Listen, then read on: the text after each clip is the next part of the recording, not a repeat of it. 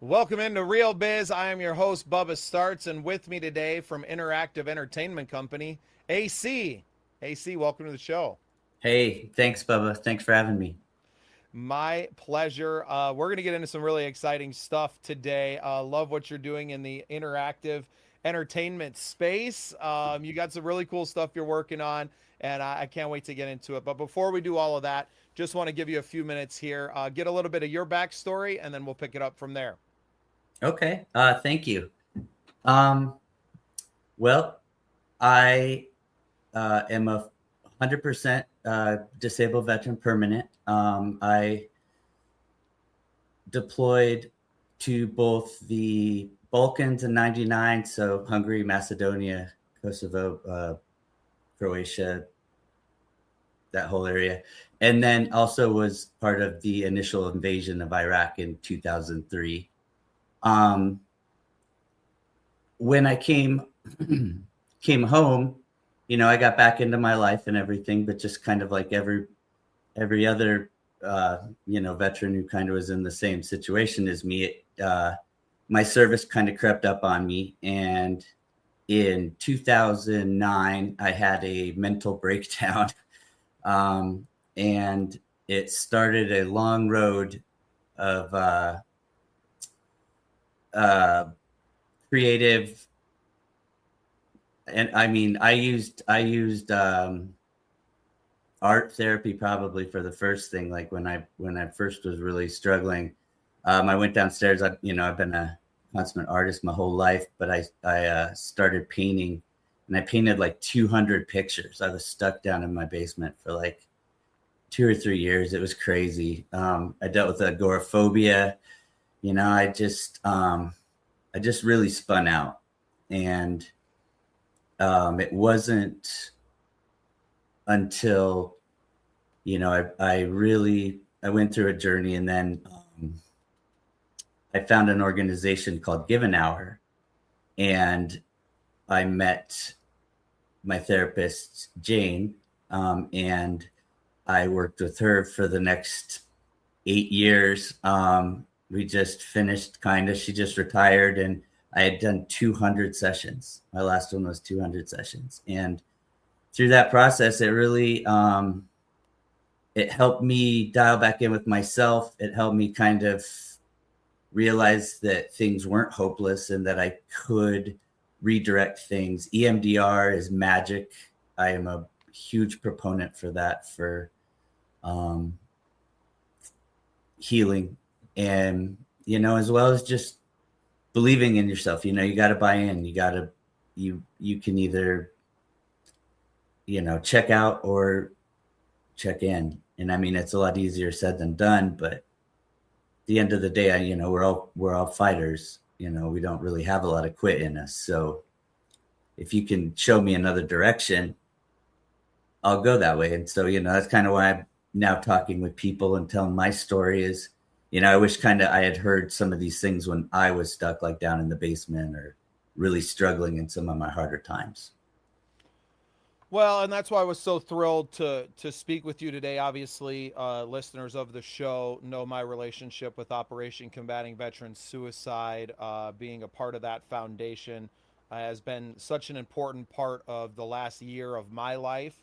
And your story, while unique to you, is told a lot throughout that veteran community, and really anyone who's been through traumatic experiences. I think the military just sees a lot more of that, right, per capita inside of that community. You're exposed to a lot of things that can cause you to have these visions and nightmares and things that you have to get out. And I can only assume that a lot of the imagery that you're creating in that 2-3 year now, is it a lot of things that were inside and very haunting images to that, or was your artwork, visions of something that you want it to be? I'm really interested in, what was kind of expressing itself through your art, I guess.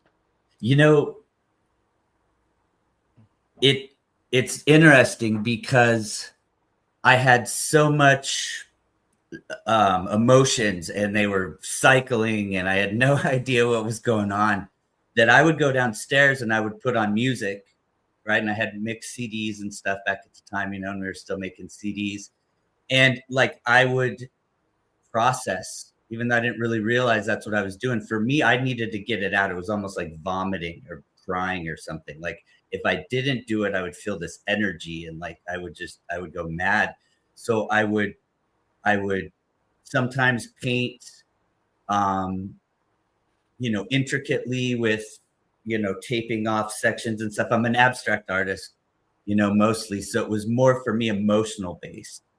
But, there was sometimes, I mean, it was absolutely crazy. I think any artist can understand this, where you kind of just go too far into the paint, where I would be painting multiple pictures over the same thing, throwing the canvas, lighting it on fire, like just, it was, for me, it was the process of doing it to pour out this excess of like electrical energy slash emotion that I just had. That was, it's tough to describe other than it was, if I didn't do it, I would feel it build up, and it was very uncomfortable.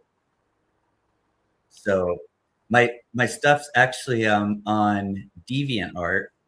It's my art name is Saw Studios, so you can check out my stuff there.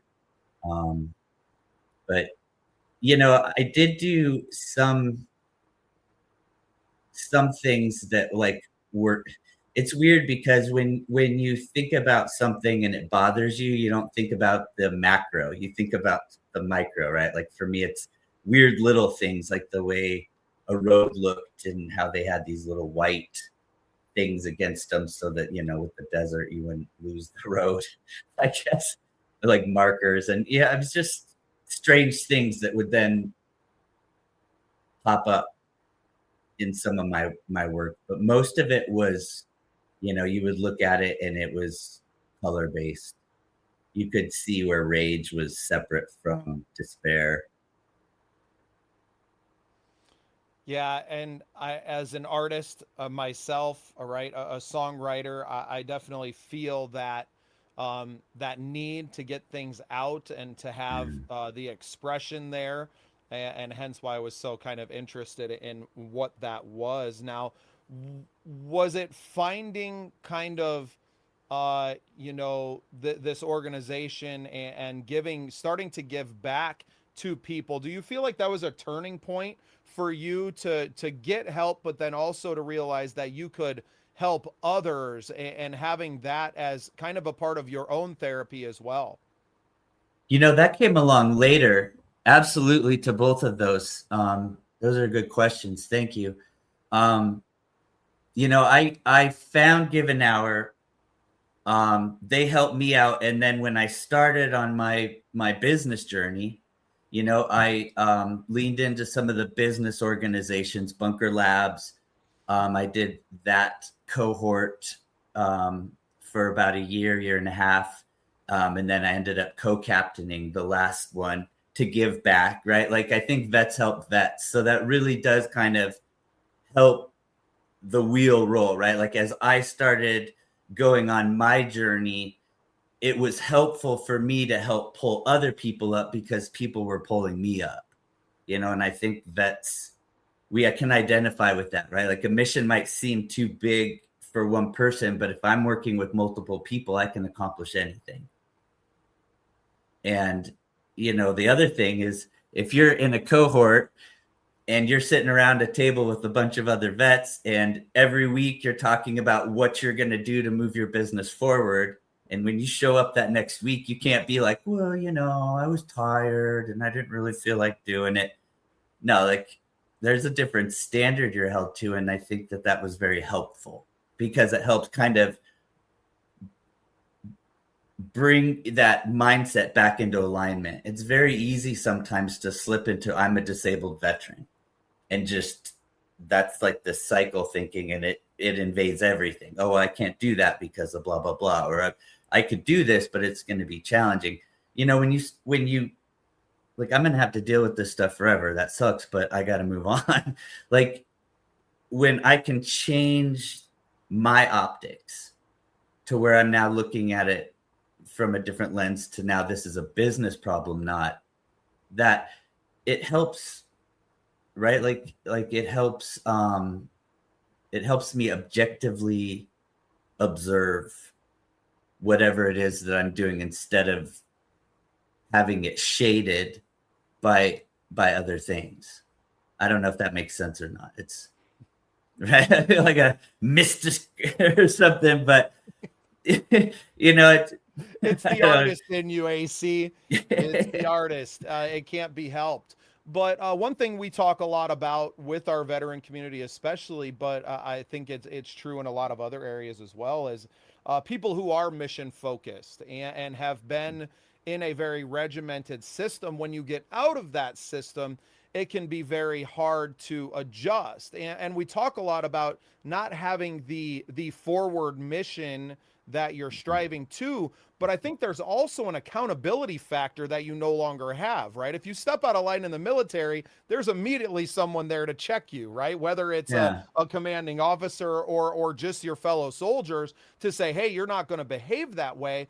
Once you're kind of out and into that civilian life, and for many of us that had just lived in civilian, besides having, you know, the threat of jail time or something like that, there's very little true accountability in this world and in this life for small, smaller transgressions, right? If you're committing felonies, eventually things are going to catch up with you. I've had personal experience with that. But the small steps out of line often don't get corrected, and you end up pushing further and further away. And kind of what I was hearing with you when you're working with a group of other veterans, that by coming together, you all kind of have that accountability to one another again. And I think that's something really important that we don't necessarily talk about in this mental health space and in, you know, around surrounding veterans, that, and I need this, right? Like, that's why I have such a team as I do, to hold me accountable to the things that I say I'm going to do. That when you don't have that,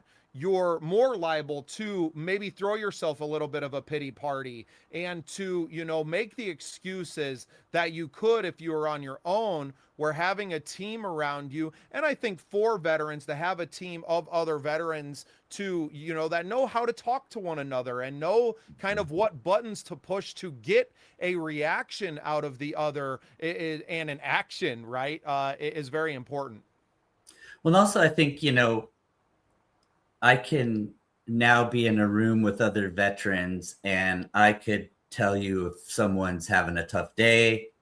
I could tell you someone who's really like good at being kind of in charge of people. Like, you know, you kind of can pick up some of that inference. But, you know, I think that when we talk about veterans and disability and functionality in this, with business specifically, we talk about it like a light switch, like you either are or you aren't. And I think that that does a disservice, because I think just like everybody, we have good days and bad days, you know, and I think it's a shade of functionality. And I think that when I kind of figured that out for myself, and I gave myself a little grace and wasn't beating myself up because I wasn't, you know, hitting it like 100%, I actually started doing better, because I realized, okay, I need to operate within myself, like what works best for me. I'm a night person. So when I was trying to get up at 8 and do stuff, and, you know, I'm banging my head against the keyboard for a couple hours because I'm not, my biorhythm didn't work that way. But as soon as I shifted my work schedule and I started working into the evening and night, man, I got way more productive. So it was just kind of figuring out what works for you, increasing that functionality, working with other, you know, vets helping vets, just people helping people. Kindness matters, you know. I've asked for a lot of kindness, and I've been given a lot of kindness in my journey. So anything that I can do to give back, I do happily, right? Like this, I just came back from this, the Reynolds entrepreneurial boot camp for veterans program down at Texas A&M. And that program is amazing. 2 times a year, they bring in like 20, 30 vets, and it's like this phase thing. And it's like a MBA to your face with like a fire hose. Like, it's just crazy. But I mean, it really is world-class. The mentorship, just everything. It's such a great program. And, you know, people are beating down their doors to be mentors, to come and help other veterans, you know, me included. I want to go in and talk to them, share my story, you know, tell them what I can to help build them up, because I think, you know, that's something that in any capacity, if you're of service, if you like serving others or serving a higher purpose, I think that you recharge when you get to do those things, when you get to help, or you get to see that you're impacting someone positively. Like I liked when I looked up the Operation Combating Veteran Suicide, I liked the real solutions, right? I like that, not a lot of buzzwords and lip service. You know, you get that a lot in the veteran stuff, just so people can say, oh, look, I love veterans. But I like that. It was real solutions, you know, housing, mental health, employment, I think was the third one. And I thought that, you know, we need to support more organizations like that, because those are going to be really the on the ground things are what change veterans' lives.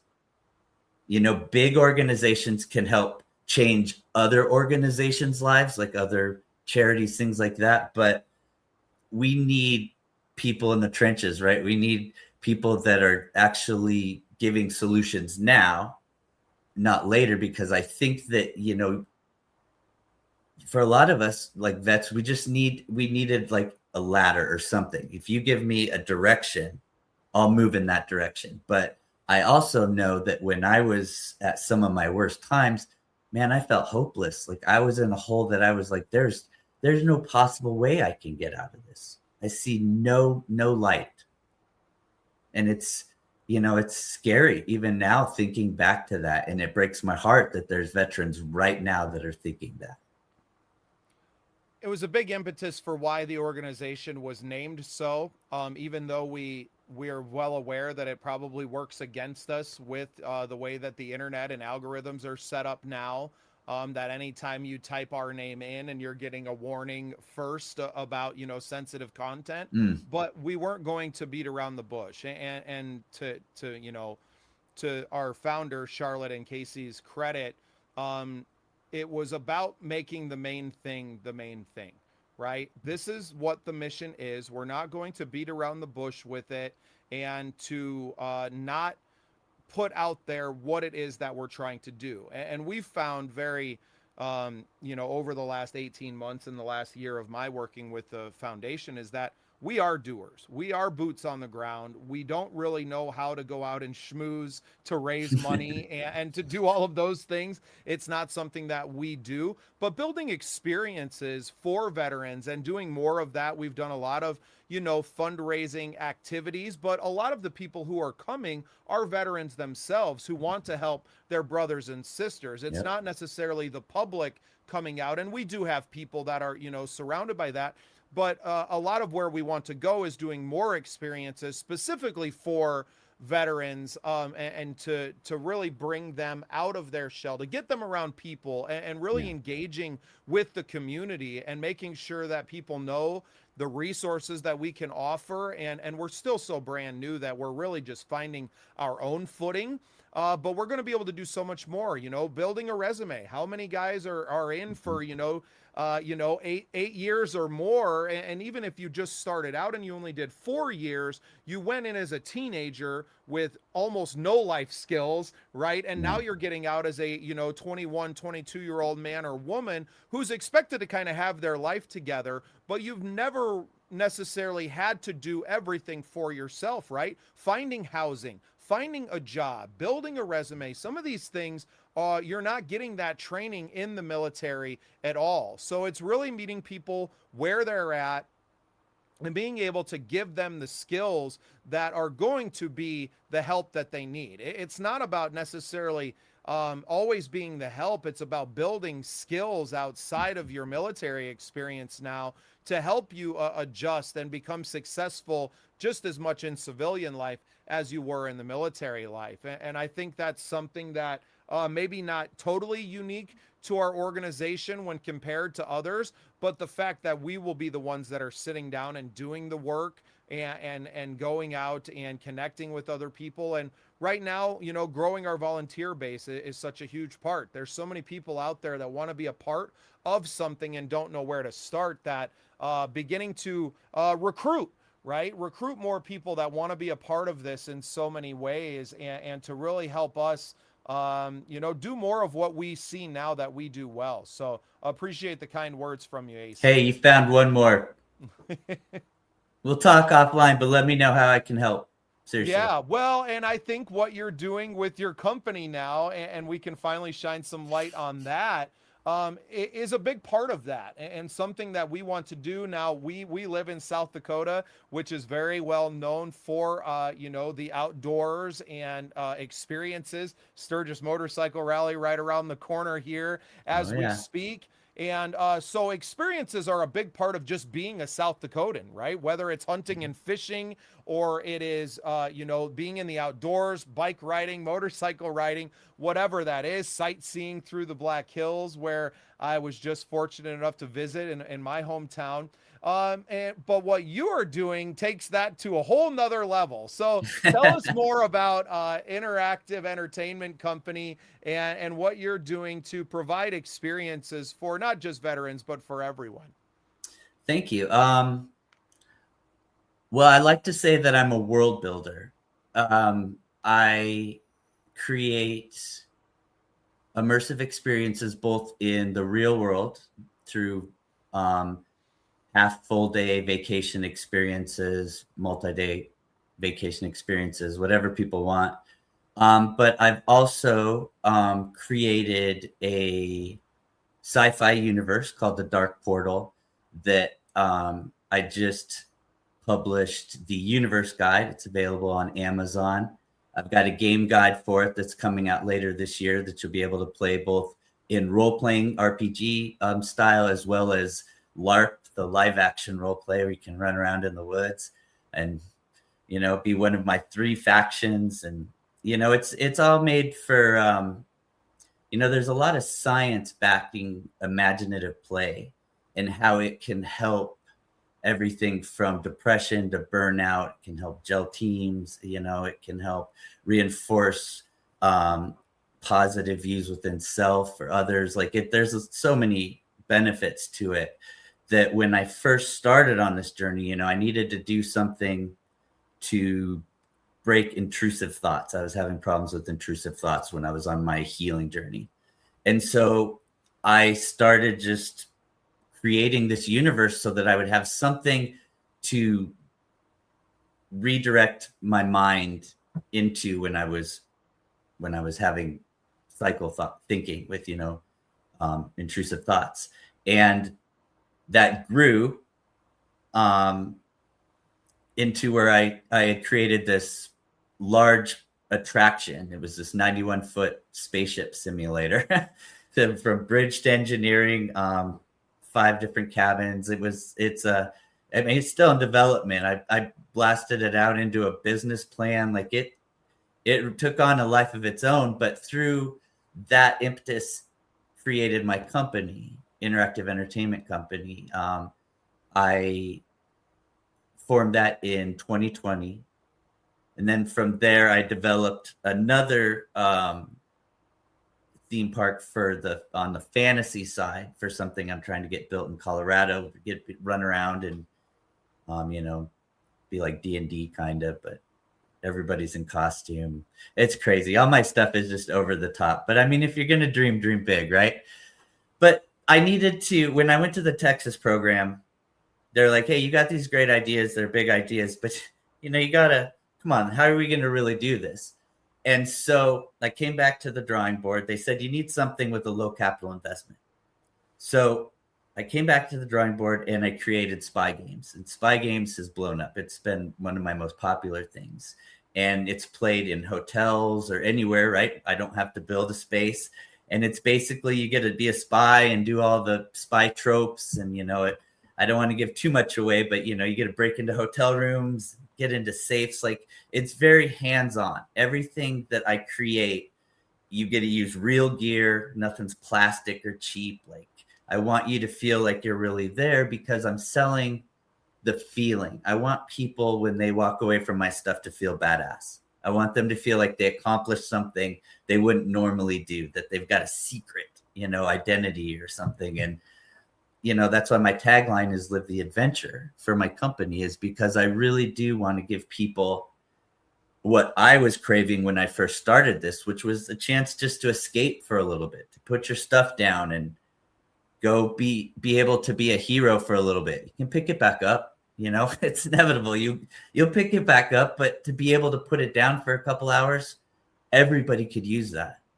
Everybody could just use that little break, I think. I couldn't agree more. And as video games and entertainment have taken such a massive leaps forward in what they can do, the visuals that you get now, you can't. It's very hard to distinguish. The games that you're playing.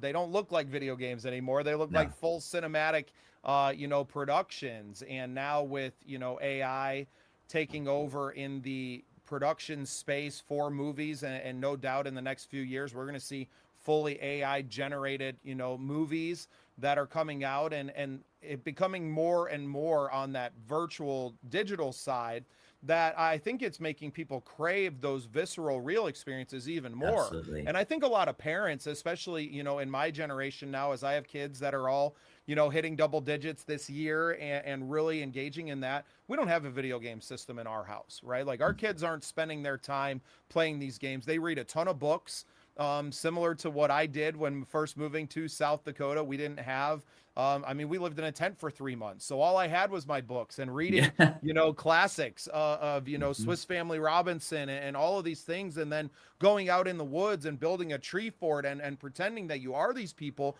There's just not a lot of kids that are getting an opportunity to do that. And unfortunately, there's a whole generation now of kids that didn't do that, that are out there. And a lot of these children now, or were children, right, in the early aughts and in the teens, are now, entering the service or exiting the service now as well. And they don't have, a lot of those skills built up because of what you get. And I love that there's science that's backing all of this. That imaginative play is so important. It's good to go play pretend. It's good to go out and do those things. It is. And those experiences you can build in a very safe environment, but to get those feelings, to get those nerves of something like that you'll never get from playing a video game. Yeah. You wouldn't.